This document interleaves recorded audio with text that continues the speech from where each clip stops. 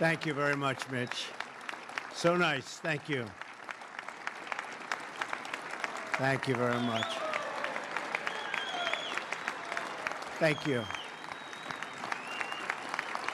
Thank you. So nice. Nice to win. Do we agree? It's been a while. It's been a while since we had this position. Nice to win. And I want to thank everybody in the room. So many friends. Thank you very much. Sit down, everybody. Let's enjoy ourselves. It's great to be in Philadelphia. I went to school in Philadelphia. This is a very special place in our nation's history. It's the place where we launched our American independence. The state of Pennsylvania is very special to me for lots of reasons, especially from a couple of months ago, remember? Pennsylvania cannot be won, remember? Pennsylvania cannot be won, right, Congressman?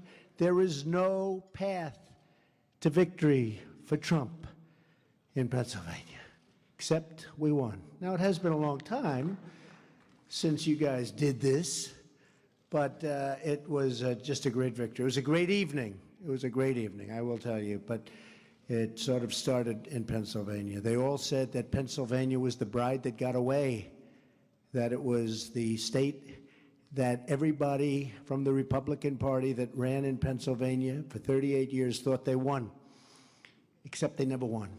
And I thought I won too, but I was afraid to say it, Mitch, because it just seemed that it wasn't working out. So I just said, you know what, I think we did great, let's see what happens. But good things happen. So we love this state, and we will see it many times again. Now is the dawn of a new era of American independence, a rededication to the idea that the people are in charge of their own destiny. I want to thank Majority Leader McConnell, great guy, and Speaker Paul Ryan, very, very special. And he is writing his heart out, right? And we're actually going to sign the stuff that you're writing. You're not wasting your time. He would write and he'd send it up and nothing would happen. But now it's going to happen. For their leadership and for inviting me here today, thank you very much. And thank you, Leader McCarthy, Senator Cornyn, Congressman Scalise, Congresswoman Kathy McMorris Rogers, and Congressman Messer for your leadership as well. It's been terrific.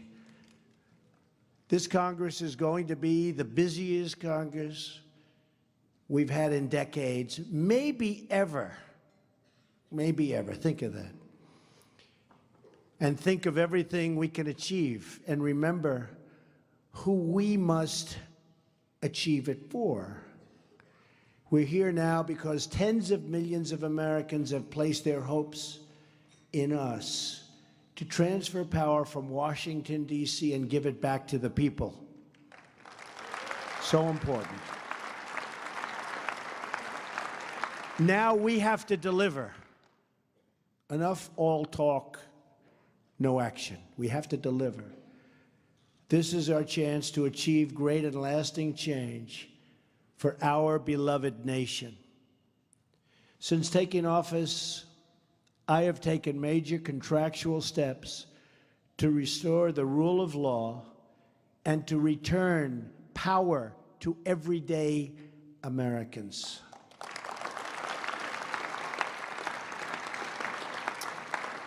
And even though it's only a few days, we've done it in record numbers.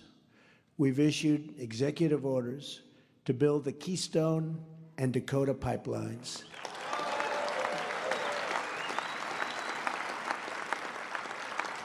And issued a new requirement for American pipelines to be made with American steel and fabricated in the United States. And I was sitting at my desk, and I'm getting ready to sign Keystone and Dakota.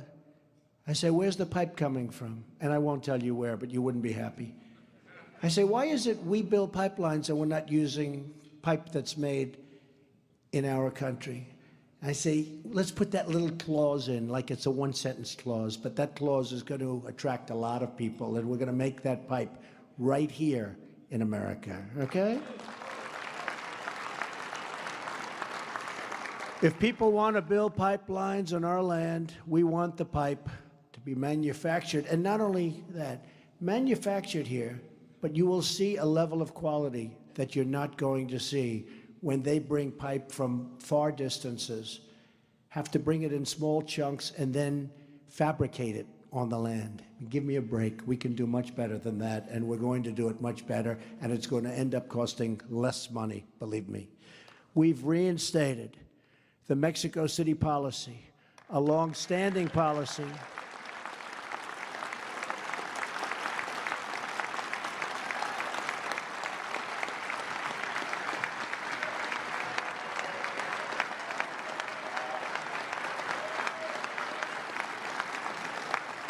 Isn't that nice? And by the way, on Friday, a lot of people are going to be showing up to Washington, right, Mike? A lot of people. You know, the press never gives them the credit that they deserve. They'll have 300, 400, 500, 600,000 people. You won't even read about it. When other people show up, you read big time about it, right? So it's not fair, but nothing fair about the media. Nothing. A long-standing policy to ensure taxpayer dollars do not fund abortion services overseas. We've issued executive orders to remove wasteful regulations that slow down commerce and delay infrastructure, which we desperately need. The very beginning of a massive effort to reduce the crushing regulations on our economy, and we are going to reduce regulations big time. We've also withdrawn from the Trans-Pacific Partnership, paving the way for new one-on-one trade deals that protect and defend the American worker. And believe me, we're going to have a lot of trade deals. Mitch, don't worry about it. Just give me a little time. But there'll be one-on-one. There won't be a whole big mash pot. There'll be one-on-one deals. And if that particular country doesn't treat us fairly, we send them a 30-day termination, notice of termination. And then they'll come and say, please don't do that, and we'll negotiate a better deal during that 30-day period. The other way, you can't get out of it. It's like quicksand. Plus, we're going to have very, very strong controls over monetary manipulation and devaluation, which they didn't have in TPP. So this is going to be so much better, and we're already on it. I would like to have my Commerce Secretary, Wilbur, approved because I hear he did fantastically well, but they're not quick with the pen on signing these people because we'd like to have him approved as soon as possible. So I know, and Mitch says it will be done, and it will be. They could move faster on the other side, I will say that. Could move faster. I mean, I'm meeting with the Prime Minister tomorrow, as you know, Great Britain. So I'm meeting with her tomorrow. I don't have my Commerce Secretary. They want to talk trade. So I'll have to handle it myself. Which is okay.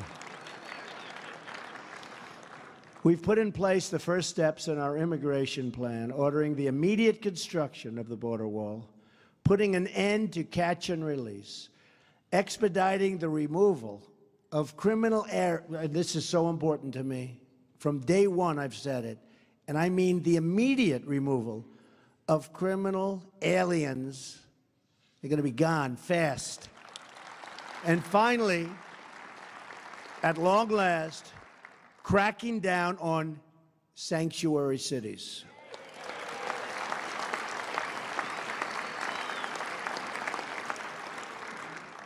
It's time to restore the civil rights of Americans, to protect their jobs, their hopes, and their dreams for a much better future. Congress passed these laws to serve our citizens, and it's about time those laws were properly enforced. They're not enforced. The hour of justice for the American worker has arrived. Border security is a serious, serious national issue and problem. A lack of security poses a substantial threat to the sovereignty and safety of the United States of America and its citizens. Most illegal immigration is coming from our southern border. I've said many times that the American people will not pay for the wall.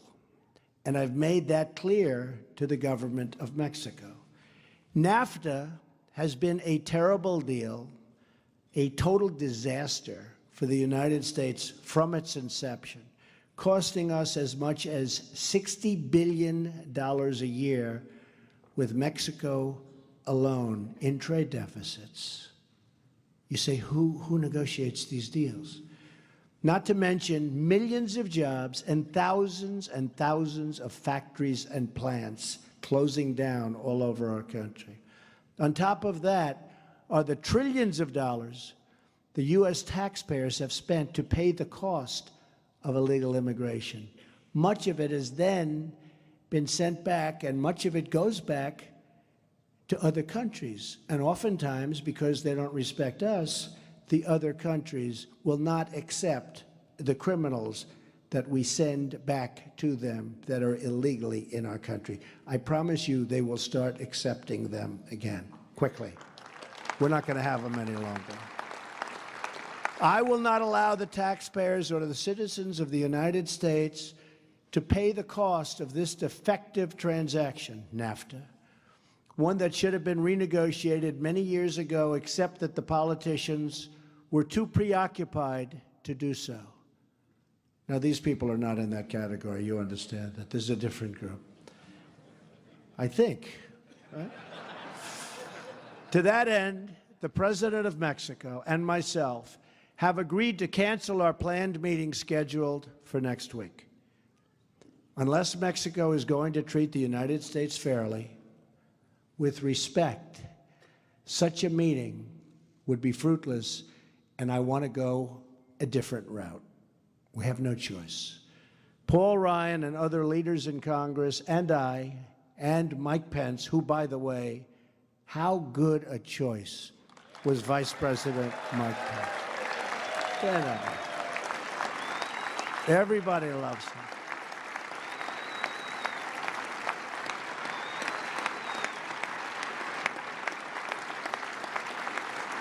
In fact, anytime I got myself into a jam early, I haven't been doing this stuff too long, right? But anytime I got myself into a jam, oftentimes they'd say on television, yeah, but look, he picked Mike Pence.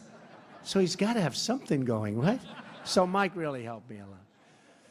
Well, we're working on a tax reform bill that will reduce our trade deficits, increase American exports, and will generate revenue from Mexico that will pay for the wall if we decide to go that route. It is time that the American people had a president fighting as hard for its citizens as other countries do for theirs. And that's exactly what I am going to do for you. Believe me. Thank you. Thank you. It's time that somebody fought for our country and didn't let anyone take advantage of us anymore. The world has taken advantage of us for many years. Not going to happen anymore. We will have an ambitious legislative agenda as well. Our legislative work starts with repealing and replacing Obamacare and saving families from the catastrophic rise in premiums and debilitating loss of choice and just about everything else. And remember this for this room in particular. Obamacare is a disaster. The Democrats are up and they're saying, oh, they're putting up signs like it's wonderful. It's a disaster. I actually talked with Paul and the group about just doing nothing for 2 years, and the Dems would come begging to do something because 17 is going to be catastrophic price increases. Your deductibles are through the roof. You can't use it. You can't use it. And they would come to us, except we have one problem. We have to take care of the American people immediately. So we can't wait. But every time they tell you about Obamacare, we're taking them out of a big jam. Big jam.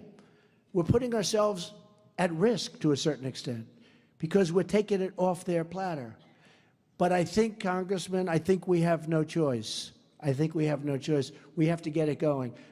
I'm serious, if we waited 2 years, it's going to explode like you've never seen an explosion. Nobody's going to be able to afford it. It's a disaster. And that's politically what we should do, but we don't want to do that. We want to get something done and get it done right. And by the way, Tom Price is going to do a phenomenal job. I don't know if he's here, but he's going to do a phenomenal job. On my first day in office, I signed an executive order to roll back the burdens of Obamacare and pave the way for real reform, like health savings accounts that empower individuals to choose the customized plan that is truly right for them and have so many choices. Tom Price will soon be leading Health and Human Services. He is a true advocate for patients. He's going to do a phenomenal job. We have no doubt about that. He joins an all-star roster that includes many of your colleagues, Ryan Zinke, Mick Mulvaney. These guys have had a pretty tough time in Congress, too, but they, in the Senate, but actually came out very well. Mike Pompeo, is Mike here? Mike? Mike Pompeo, phenomenal guy, and Jeff Sessions. Jeff is a fine person. Jeff was one of my earliest endorsers and never endorsed a presidential candidate before, and he was one of my earliest endorsers, respected by everybody, and did unbelievably in front of committee. Unbelievable.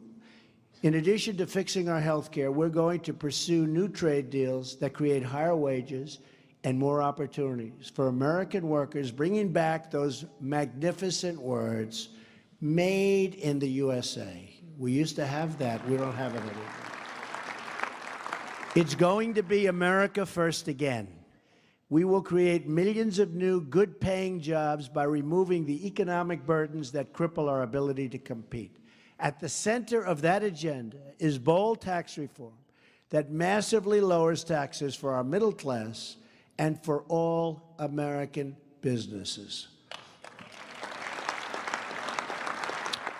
We will also pursue financial reform that will help striving Americans get the credit they need to realize their dreams. Republicans have always been the party of American industry and the American worker.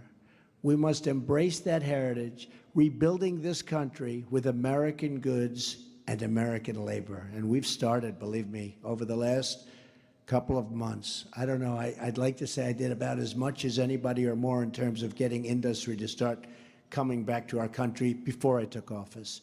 But we have a lot of great news with Ford and General Motors and Fiat Chrysler and so many others. We have a lot of great news. Lockheed is adding a lot of different people, a lot of additional people, Boeing. We have a lot of positive things happening, and it's really going to start bursting out. You're going to be seeing it very soon. We want to get our people off of welfare and back to work. So important. It's out of control. It's out of control. And we believe that the world's best country ought to have the world's best infrastructure. It's what our people deserve, and it's what we will ensure they get. Our infrastructure is in serious trouble. We will build new roads and highways and tunnels and airports and railways across the nation. We will fix our existing product before we build anything brand new, however. We have to fix what we have. It's a mess. So we're going to fix it first. The thing I do best in life is build. We will fix it first because we have a lot of things that are in bad shape. And we will rebuild our military and take care of our great veterans.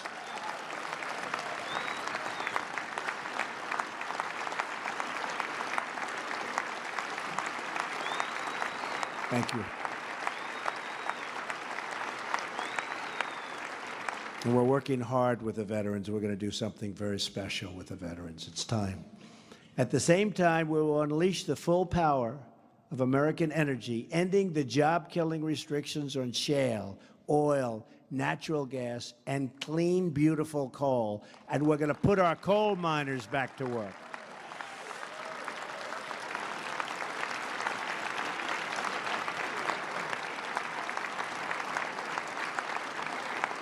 Thank you. And we will protect our farmers, our ranchers, our hunters, our anglers, and all who enjoy the outdoors. But to be a rich country, we must also be a safe country. Right now, too many families don't feel secure. Just look at the 30 largest cities. In the last year alone, the murder rate has increased by an estimated 14%. Here in Philadelphia, the murder rate has been steady, just terribly increasing. And then you look at Chicago. What's going on in Chicago? I said the other day, what the hell is going on? Democrats. A lot of truth to it. That is why we will continue to stand with the incredible men and women of law enforcement.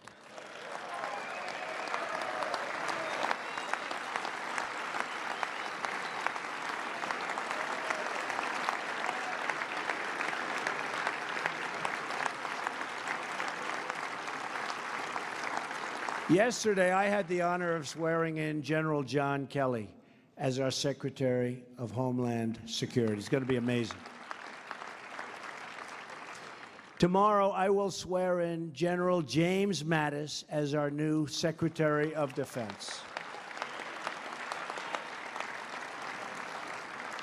These men have devoted their lives to defending America, and now I look forward to working with them, along with our great new head of the CSA. You know, we have so many different people that we are putting in office. I think it's the group of all-stars like really nobody has seen before, right? Where is Pompeo? Where the hell is he? Did he ever come here? Oh, he's working? He is going to be another one of the big stars. I have to mention him every single time. He's going to be great. One of you.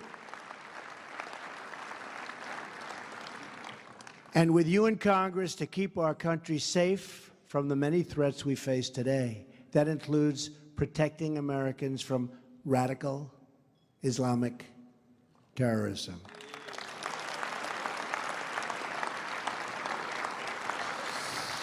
We also need to keep the ballot box safe from illegal voting.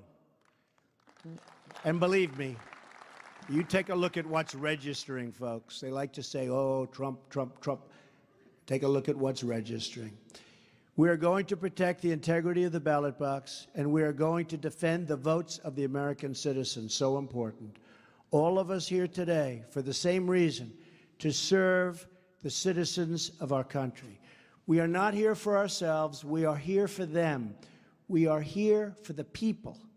We are blessed by divinity and honored by history with the task of preserving this great republic and expanding its blessings to every single American. Thank you.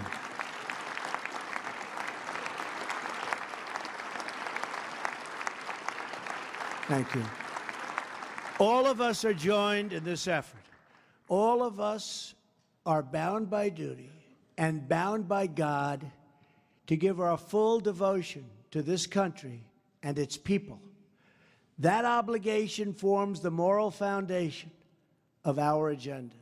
That agenda includes a lean, efficient government, appointing Supreme Court justices, so important, who will uphold and defend our Constitution, reducing taxation and regulation, fair trade that creates a level playing field as opposed to what we have right now, and fostering respect for our country and its flag.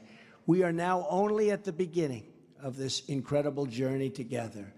I am honored to be your partner in this amazing quest. I am privileged to stand with you, shoulder to shoulder, as we work every single day to make America great again.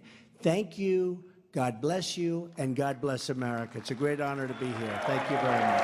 Thank you.